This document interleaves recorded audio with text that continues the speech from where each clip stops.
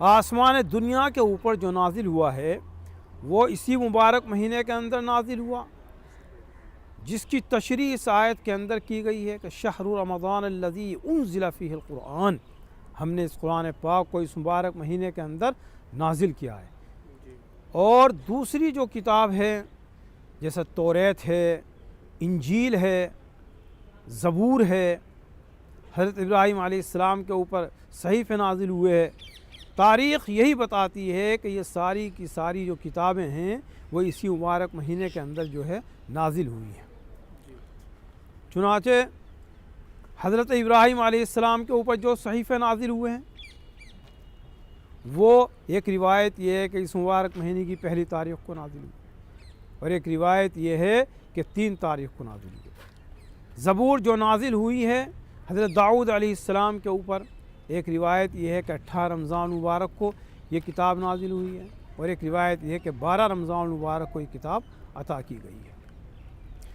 توریت حضرت موسیٰ علیہ السلام کے اوپر نازل کی گئی ہے، ایک روایت یہ ہے یہ جو کتاب نازل کی گئی ہے یہ 6 رمضان مبارک کو جو ہے آپ کو عطا کی گئی ہے۔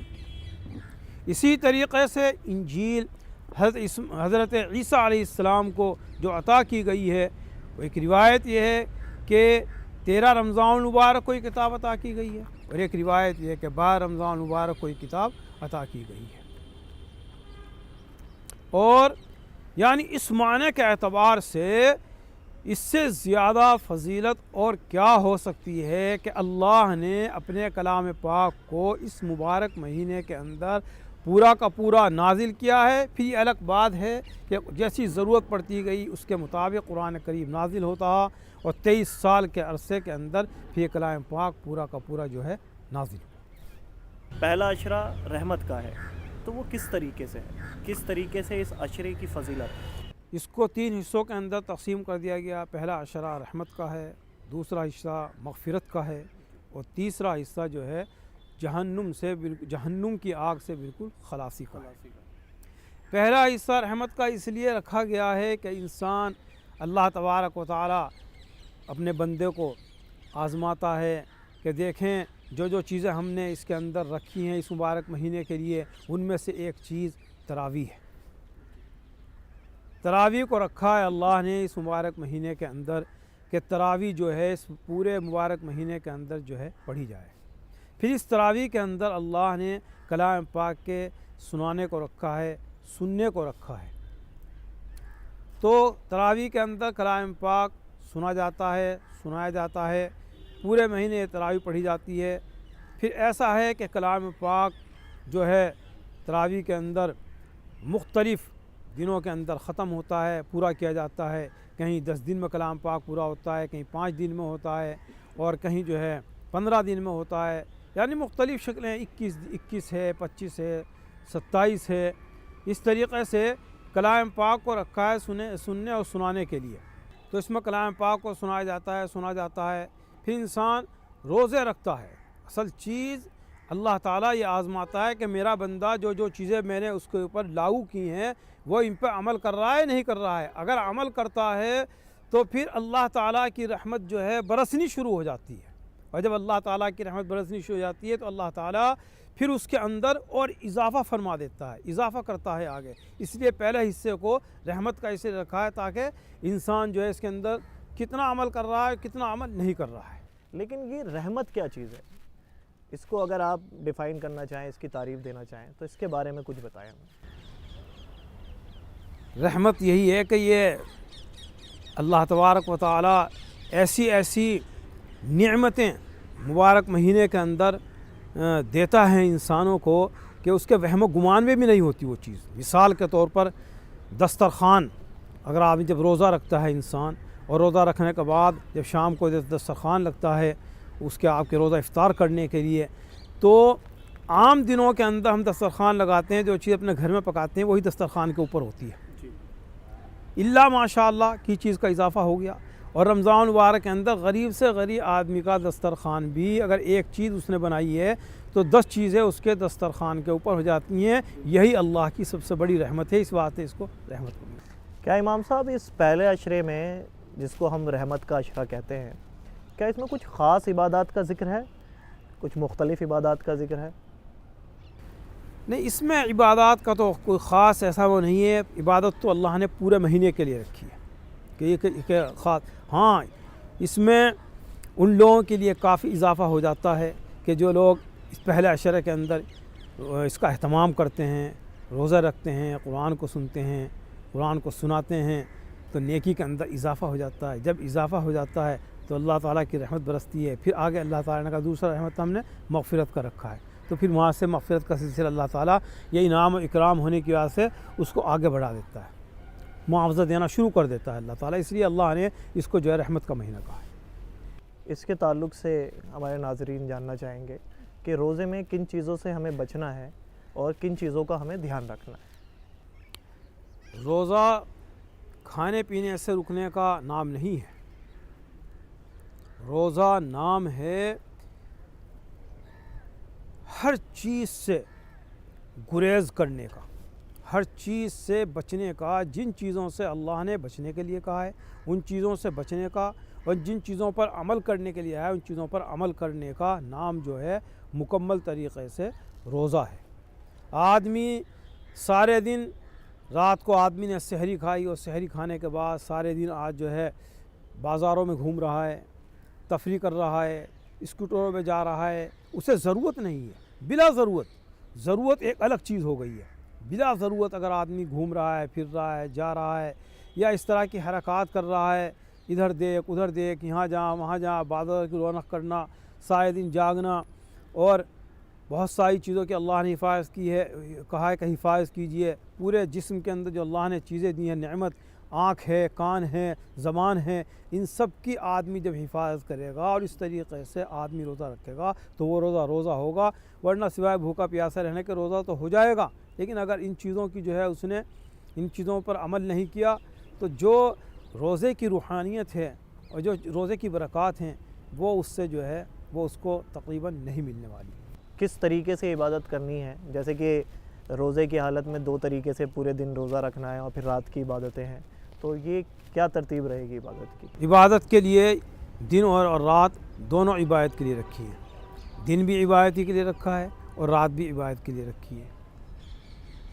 دن میں آدمی روزہ رکھتا ہے، بھوکا پیاسا رہتا ہے، سب چیزوں سے رکا رہتا ہے، اور تو اس کے اندر یہ کہا ہے کہ آپ جو ہے جتنا بھی ہو سکے جو آپ کے کام ہیں وہ کیجئے، ورنہ زیادہ تر قرآن کی تلاوت کیجئے، ذکر و اذکار کیجئے.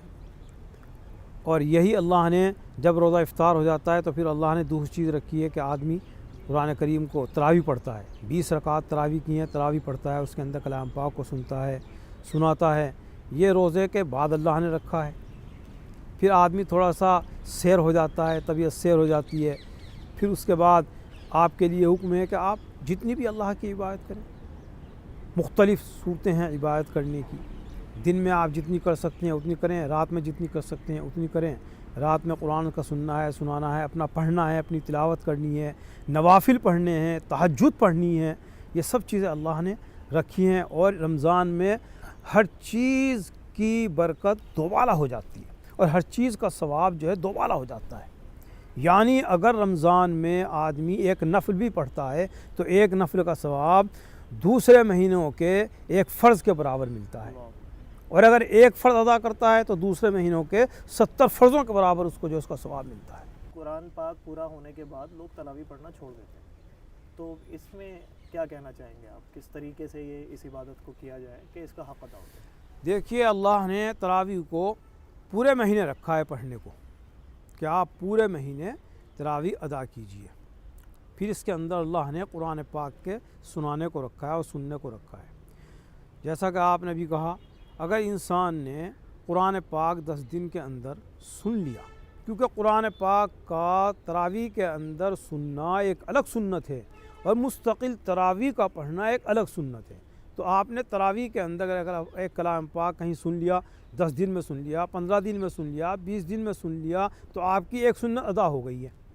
لیکن ایک سنت تراویح الگ سنت ہے، تو اس سنت کو، اس تراویح کو آپ کو پورے رمضان ادا کرنا ہے جب تک چاند نظر نہ آ جائے. چاند نظر آتا ہے تو تراویح شروع ہو جاتی ہے، چاند نظر آ جاتا ہے تو تراویح ختم ہو جاتی ہے. اس لیے اس سنت کو آپ کو پورے مہینے ادا کرنا ہے، اگر آپ نہیں ادا کریں گے تو گنہگار ہوں گے۔ یعنی کہ رمضان کے مہینے میں تراویح پڑھنے کا سلسلہ ایسا رہے گا کہ آپ کو قرآن بھی سننا ہے اور پورے مہینے تراویح پڑھنی بھی ہے۔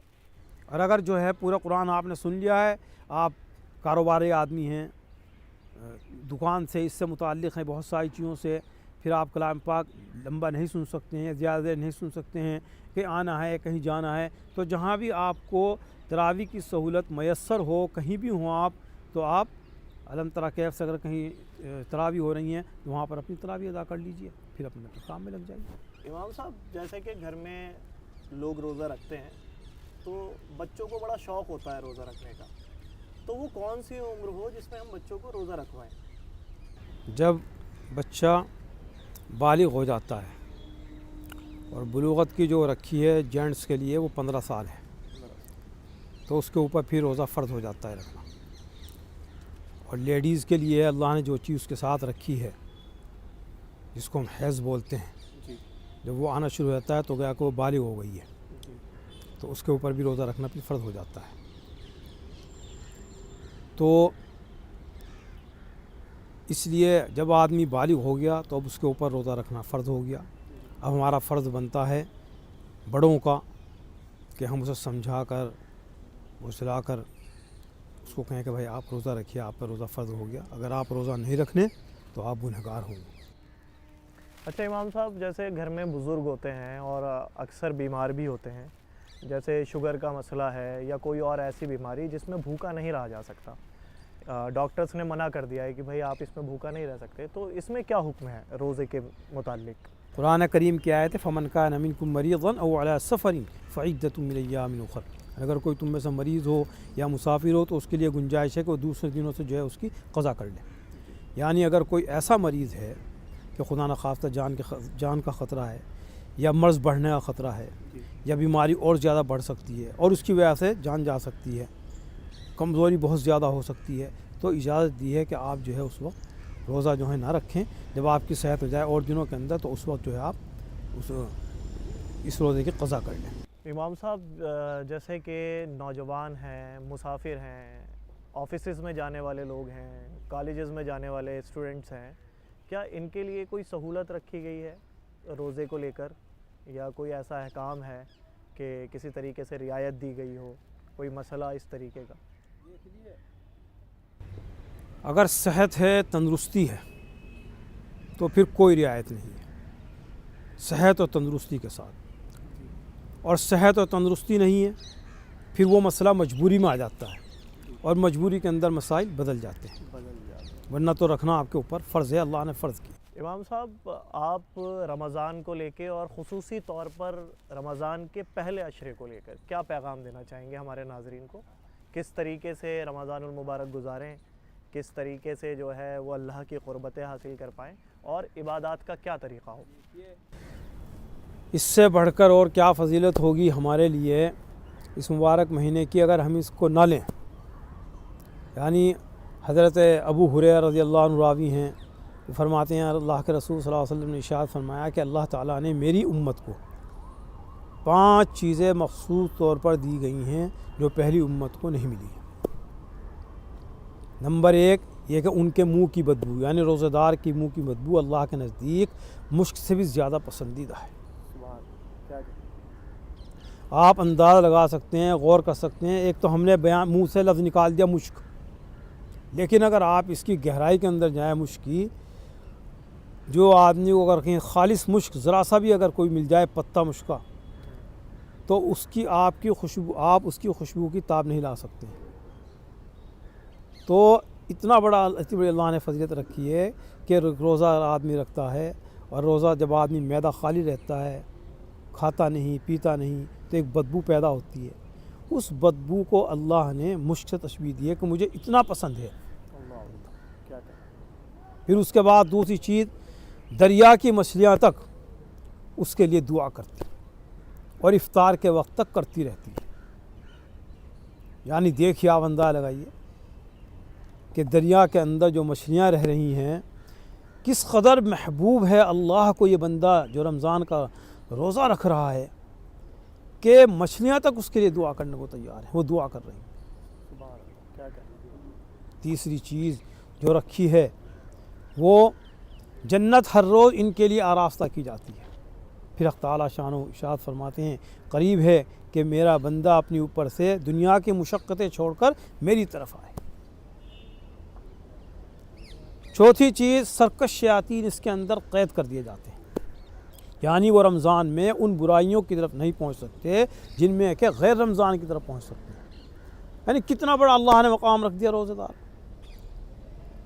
اگر خدا نہ خواستہ اللہ تعالیٰ ان سرکش شیاطین کو قید نہ کرتا تو اللہ نے اتنا فضیلت برکت والا مہینہ رکھا ہے کہ شیطان اپنی پورا زور لگا دیتا اڑی چوٹی سے انسان کو بہکانے کے اندر، کہ کسی طرح میں اسے روزہ نہ رکھنے دوں، کس طرح اس کو قرآن نہ پڑھنے دوں، کس طرح اسے کسی قسم کی اللہ کی عبادت نہ کرنے دوں۔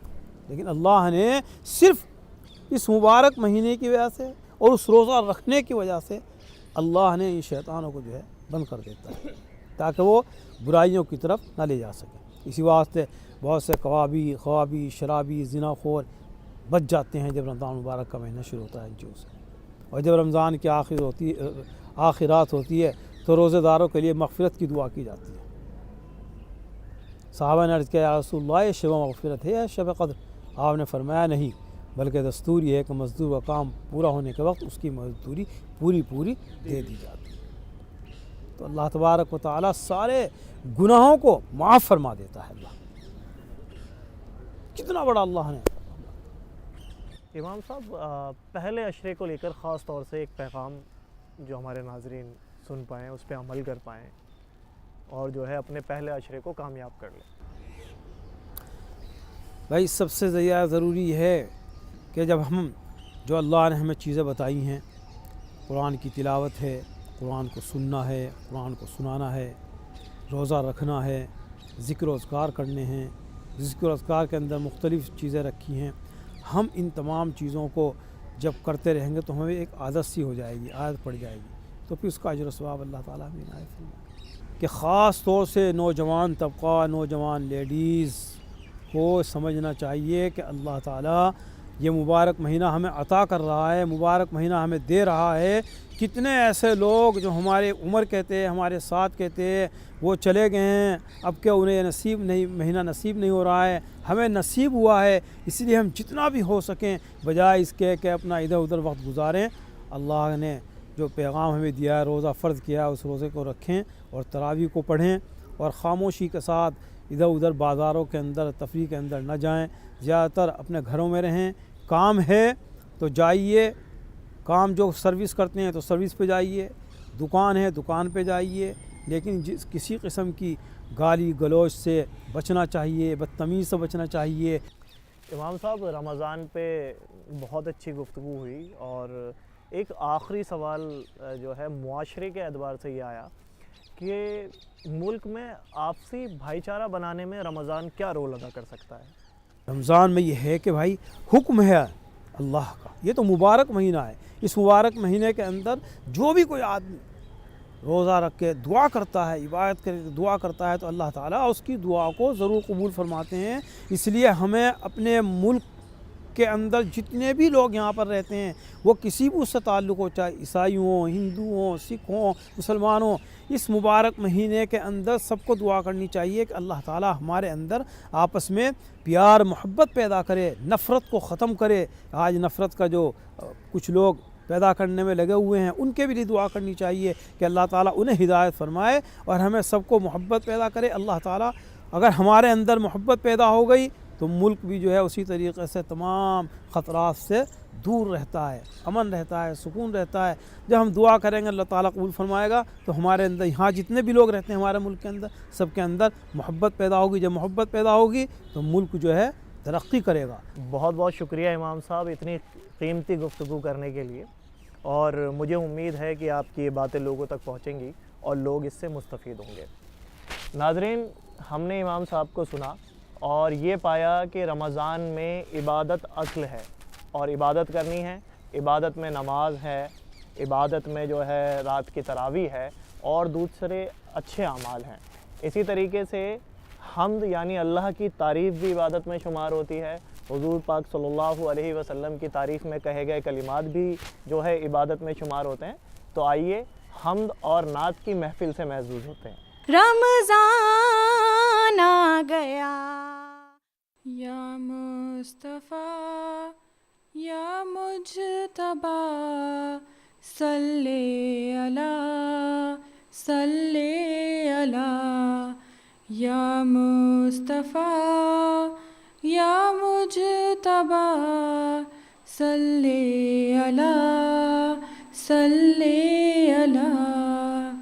ہم نے آنکھوں سے دیکھا نہیں ہے مگر، ہم نے آنکھوں سے دیکھا نہیں ہے مگر، ان کی تصویر سینے میں موجود ہے، ان کی تصویر سینے میں موجود ہے۔ جس نے لا کر کلام الہی دیا، جس نے لا کر کلام الہی دیا، وہ محمد مدینے میں موجود ہیں۔ ہم نے آنکھوں سے دیکھا نہیں ہے مگر، ہم نے آنکھوں سے دیکھا نہیں ہے مگر، ان کی تصویر سینے میں موجود ہے، ان کی تصویر سینے میں موجود ہے۔ پھول کھلتے ہیں پڑھ پڑھ کے صلی علی، پھول کھلتے ہیں پڑھ پڑھ کے صلی علی، جھوم کر کہہ رہی ہیں یہ باغ صبا، ایسی خوشبو چمن کی گلوں میں کہاں، ایسی خوشبو چمن کی گلوں میں کہاں، جو نبی کے پسینے میں موجود ہے۔ ہم نے آنکھوں سے دیکھا نہیں ہے مگر، ہم نے آنکھوں سے دیکھا نہیں ہے مگر، ان کی تصویر سینے میں موجود ہے، ان کی تصویر سینے میں موجود ہے۔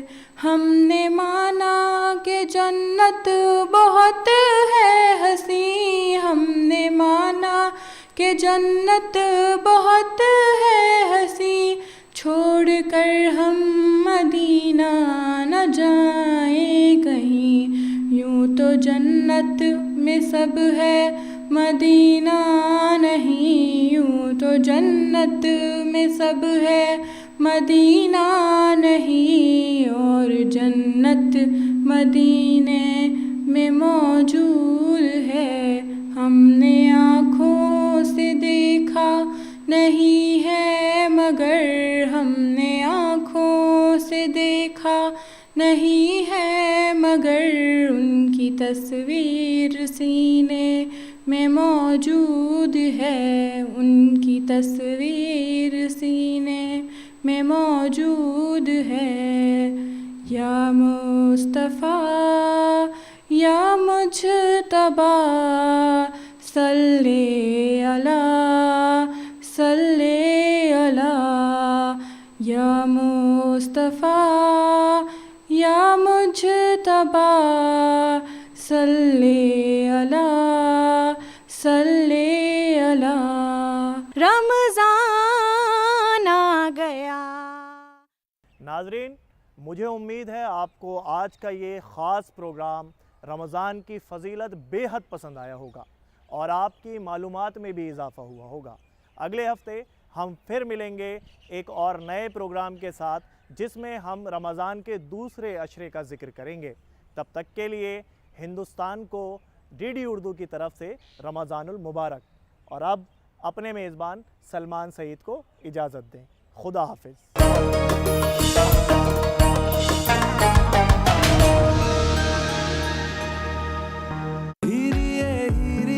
واہ مس نوٹنکی، کوئی ملا نہیں اور سنگیت پریکٹس شروع؟ مسز نوٹنکی ڈیڈ، آپ بس کرو میری شادی کی تیاری، کیونکہ اب ہے گارنٹی ہماری۔ شادی.com، رجسٹر ناؤ۔